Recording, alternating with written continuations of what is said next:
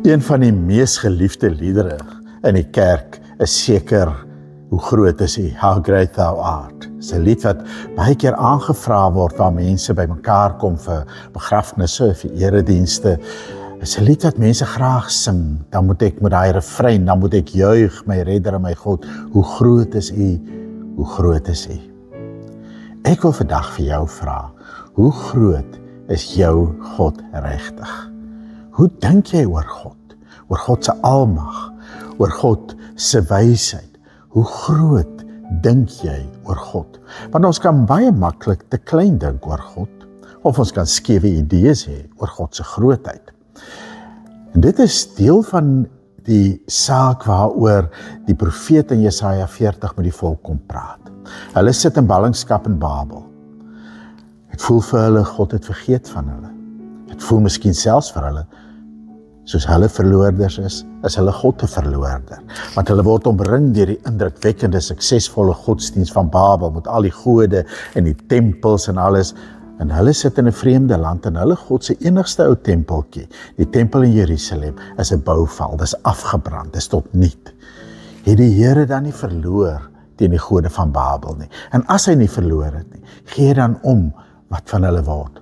En die profeet wil met hulle praat oor hoe hulle dink oor die grootheid van God. So kom ons luister saam na Jesaja 40. Met wie wil julle my vergelyk, sodat ek soos hulle sal wees, vra die Heilige. Kyk boontoe en sien, wie het hierdie dinge geskep? Dit is hy wat die hemelse leer een vir een uitlei, hulle almal op die naam roep.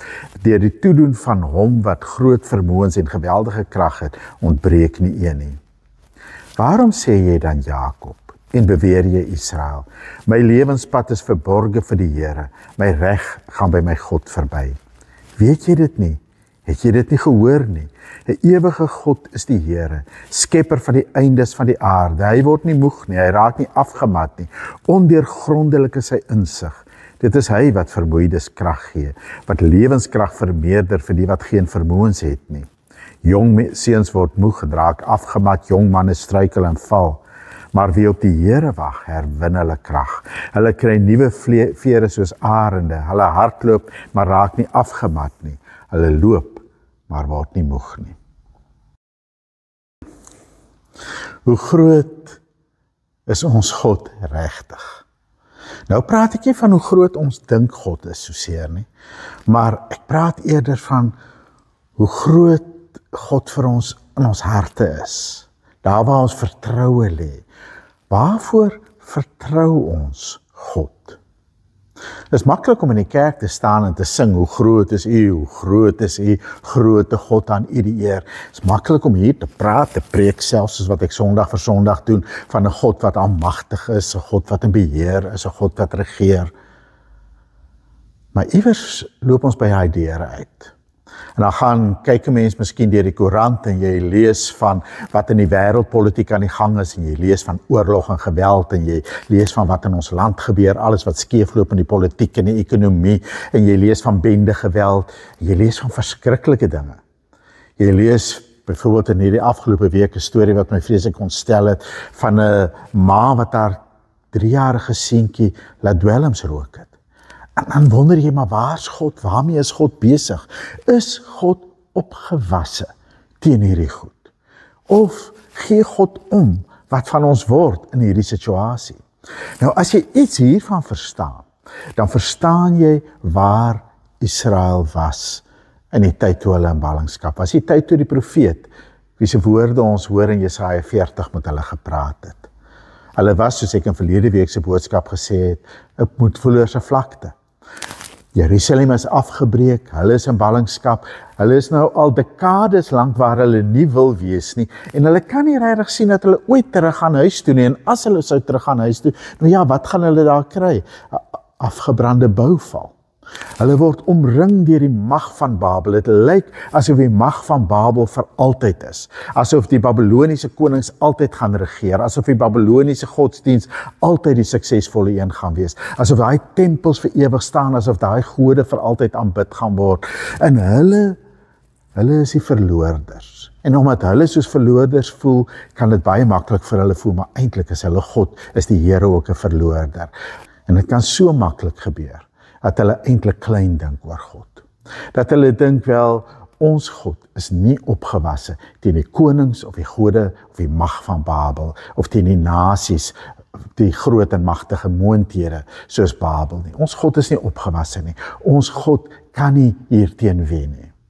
En dis iets wat ons baie maklik kan voel. Baie keer as ek dink oor die woorde wat hier agter my staan, God is liefde, en ek vra maar, is die liefde van God regtig opgewasse teen die haat, die onverskilligheid, die wreedheid, die geweld van ons wêreld? Dan voel dit vir my, nee. Die God van liefde kan nie wen nie. En dit is presies hoe Israel en Babel ook gevoel het. En daarom kom praat die profeet met hulle.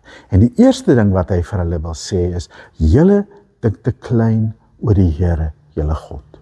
Julle moet onthou, die Here is die skepper van die hemel en die aarde.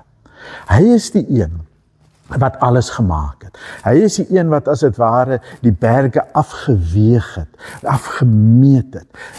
Nou, as die berge so groot is, as die aarde so groot is, hoeveel groter is God nie?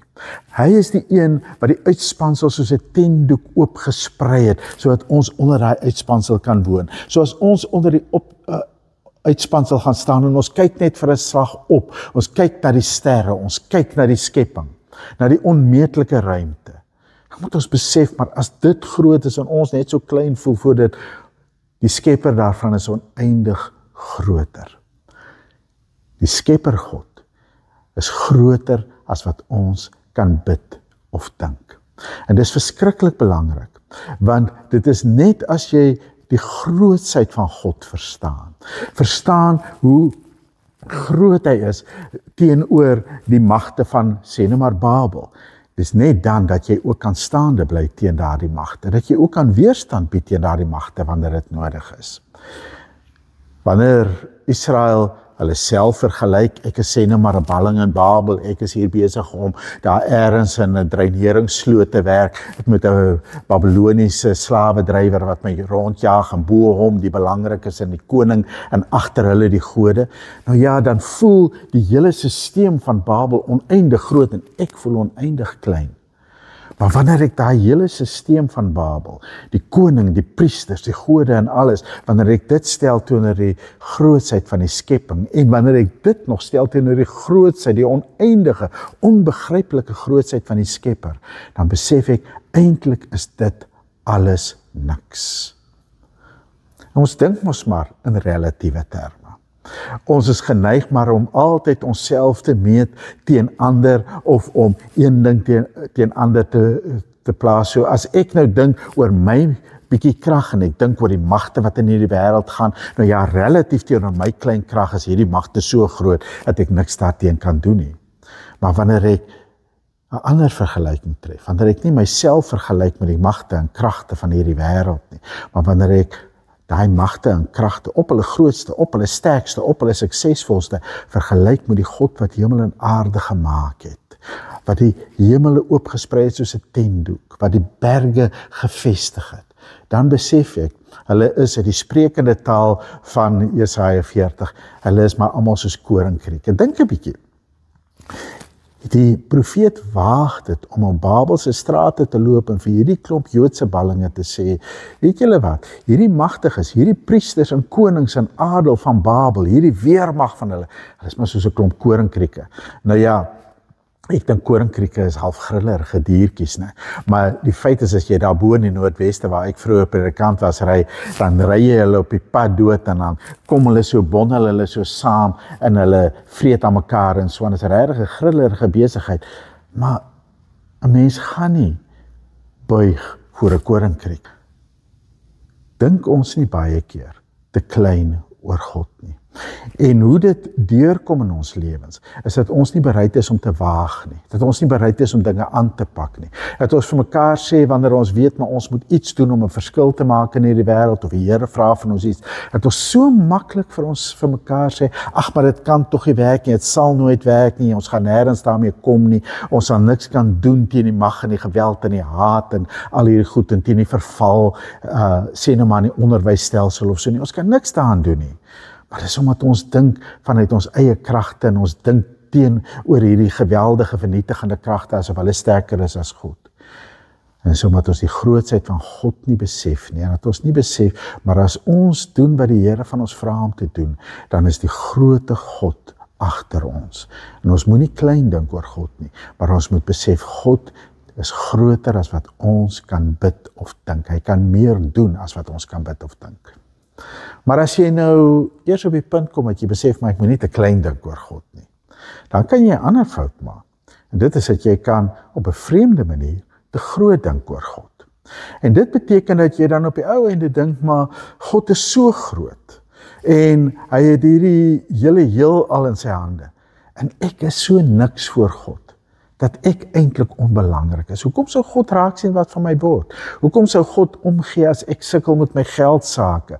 Of as ek bekommerd is oor wat in die land gebeur? Of as wat ek uitdaging het met my gesondheid? Of wat ook al? Of as my verhoudinge uitmekaar val? Of as ons gemeentetjie sukkel om dinge reg te doen? Hoekom sal God hoegenaamd omgee? Hy is so groot. Hoekom sal God omgee vir ons? En dit het Israel ook gedink, dat God miskien nie net vir hulle te klein was, dat hulle hom nie regtig vertrou het in hierdie situasie nie, maar dat God vir hulle ook so groot en so ver was, dat hulle gevoel het, maar hy sien nie raak wat van ons word nie. Ek meen die God wat besig is om die hemel oop te span en wat regeer oor die sterre, hoekom sal hy nou raak sien wat van my word? Hoekom sal hy raak sien hoe my lewenspad loop? 'n Mens kan so klein en onbenullig voel voor die grootte God. Ja, so klein en onbenullig voel in die wêreld, dat jy saam met Israel wil sê, wel, eintlik gaan my saak by God verby. God sien nie raak nie. God sien nie raak wat van my word nie. God gee nie om nie. En as wanneer 'n mens so te groot dink oor God, dat jy dan uiteindelik ook maar jou vertroue aan God verloor. As God amper soos hierdie groot koning wat iewers ver regeer, maar hy het vergeet van ons. Hy stel nie belang in ons nie. Hy gee nie om wat van ons word nie, want hy is maar net besig om ek wil amper sê soos 'n reuse onpersoonlike rekenaar, is hy besig om die heelal te beheer en te bestuur en alles op sy plek te kry. Maar ons is maar hierdie klein ruitjies in 'n groot masjien, wat maak ons tog nou saak? Dan verloor jy ook jou vertroue in God, omdat jy te groot dink oor God.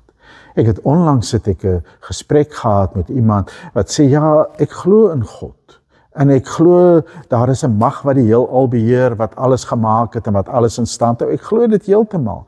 Maar ek kan nou nie dink nou dat ek sukkel met my gesondheid, dat God na my gebede sal luister nie. Ek kan nie dink dat ek vir God kan vra, Here help my, of Here gee my gesondheid, of Here gee my krag nie. Die rede daarvoor is dood eenvoudig, dat God vir hom so groot, so ver is, dat God eintlik ook nie teenwoordig is op 'n manier wat 'n verskil maak in sy lewe nie, dat hy nie dink hy kan vir God iets vra nie, want hy dink nie regtig God sien raak wat van hom word nie. En dit het ook duidelik met Israel gebeur. Hierdie vreemde gedagte, dat God nie raak sien, nie omgee wat van hulle word nie. En daarom sê die profeet, verstaan aan die een kant hoe groot, hoe almagtige God is, maar besef, God is nie soos die koning wat deur in sy paleis sit en regeer en nie omgee wat van die gewone mense word nie. God is anders. God bring hoog en laag by mekaar. Hy is soos die een psalmvers sê, die God, Psalm 113, die God wat hoog woon, wat verhewe is, maar wat hier onder alles sien en wat die geringe optel uit die stof. God gee om vir ons. Daarom sê die profeet, wag op die Here, want as jy op die Here wag, kry jy nuwe krag. Let op, hy beloof nie sonder meer oplossings vir jou probleme nie. Hy beloof nie sonder meer dat God jou situasie in een oogwink gaan verander nie. Hy sê nie vir hulle, hoorie, God gaan julle nou oppik hier uit Babel, en as julle weer sien, as julle woeps terug in Jerusalem, en die tempel is herbou, en alles is wonderlik, en dan is julle skielik hierdie wonderlike, magtige, suksesvolle mense, en nou kan julle maar net met julle lewe aangaan nie. Hy sê, die wat op die Here wag, kry krag. Hulle kry krag. Ja, God gaan hulle omstandighede verander. God gaan hulle terugvat Jerusalem toe. Die tempel gaan herbou word. Maar God gaan dit nie in 'n oomblik doen nie.